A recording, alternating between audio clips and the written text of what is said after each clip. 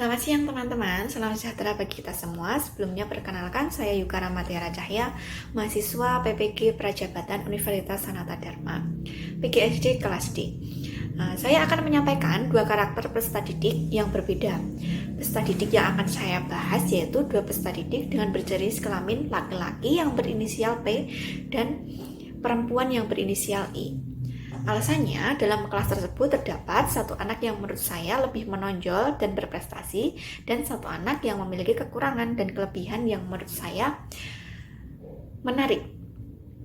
Etnik dan kultur kedua peserta didik ini sama, yaitu sama-sama tinggal di suku Jawa dan tinggal dalam satu daerah. Masuk ke perkembangan fisiologis peserta didik. Sebut saja anak tersebut yaitu si P. Anak tersebut memiliki postur badan yang tinggi dan kurus. Si P selalu menggunakan pakaian yang rapi ketika berangkat ke sekolah. Oke, yang selanjutnya masuk ke perkembangan status sosial siswa. Si P tinggal bersama kedua orang tuanya dan memiliki satu adik yang sama dengan anak tersebut, bersekolah di tempat yang sama.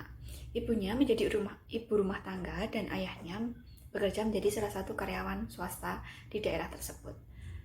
P ini merupakan anak berkebutuhan khusus, yaitu dia mengalami slow learner dan ADHD kompleks, di mana anak tersebut ada gangguan pemusatan perhatian impulsif dan hiperaktif.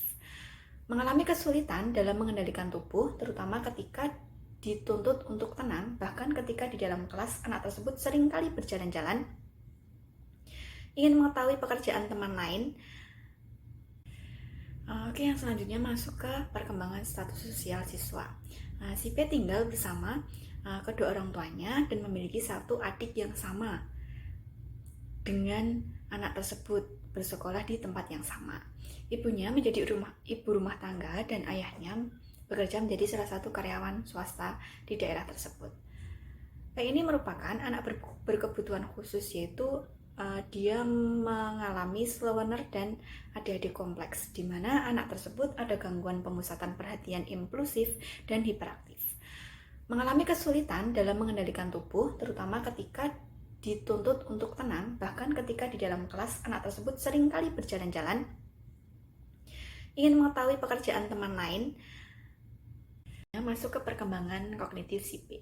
Si P ini baik, si P ini berani mengemukakan pendapatnya ketika berada di depan kelas, dan si P ini selalu aktif menjawab pertanyaan ketika di kelas. Tetapi jawaban yang dikemukakan oleh P seringkali berbeda dengan apa yang sedang dibahas oleh gurunya. Perkembangan emosional si P ini baik.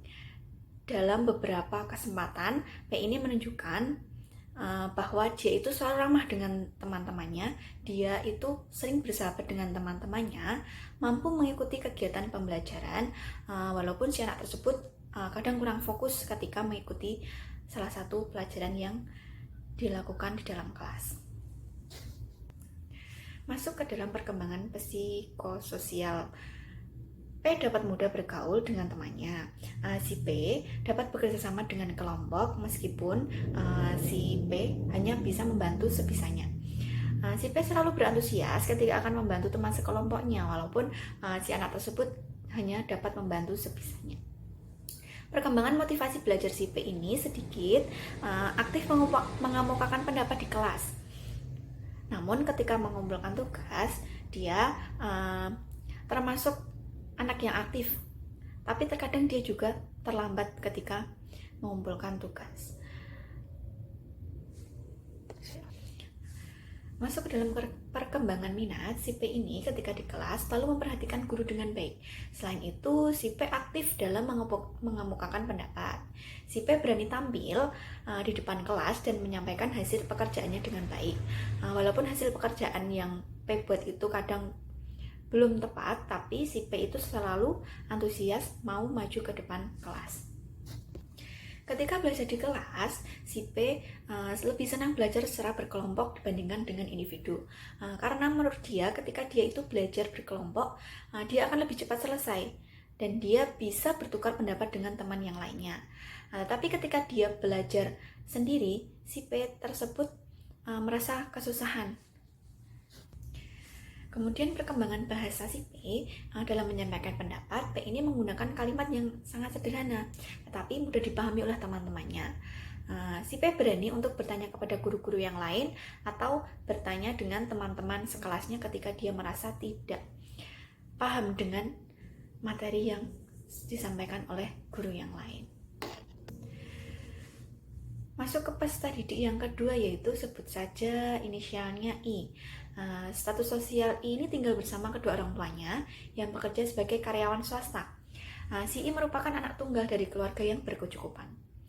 Perkembangan fisiologisnya sangat baik. Dirinya melakukan, dia selalu memakai pakaian rapi ketika bersekolah. Dia selalu mengenakan seragam yang rapi, wangi, bahkan dia selalu menggunakan jepit rambut yang unik ketika berangkat ke sekolah. Dan badannya itu tergolong anak yang gemuk dan tinggi. Perkembangan kognitif si ini paling menonjol di antara anak yang lain, dikarenakan anak ini termasuk anak yang berprestasi ketika di kelas. Anak tersebut mendapatkan ranking 1 ketika di kelas. Dia berani mengemukakan pendapat, aktif bertanya, bahkan menjawab pertanyaan dari guru-guru maupun pertanyaan dari teman-teman sekelas yang lain. Si ini mampu berpikir kritis dan menyelesaikan tugas meski menghadapi kesulitan. Tetapi si I tidak termasuk anak yang aktif menjawab di kelas. Si I lebih banyak diam dan mendengarkan guru daripada menjawab pertanyaan-pertanyaan yang diberikan oleh guru. Si I ini termasuk anak yang mudah bergaul dengan teman. Biasanya si I sering bermain dengan teman sekelasnya, sering mengajak bermain di kelas maupun di luar kelas. Dalam perkembangan moral si I, dia sangat baik. Dia selalu mengucapkan salam ketika akan masuk ke kelas. Dia selalu mengucapkan salam ketika bertemu dengan orang yang lebih tua, guru ataupun karyawan di sekolah. Perkembangan motivasi belajar si I ini memiliki motivasi belajar yang sangat tinggi.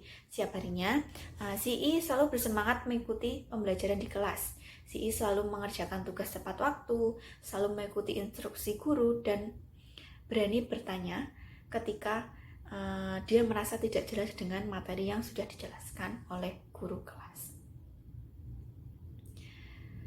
Gaya belajar yang dilakukan atau dilakukan selama kegiatan pembelajaran di kelas, si I ini senang sekali belajar menggunakan medianya yaitu media audiovisual dan media konkret saat pembelajaran.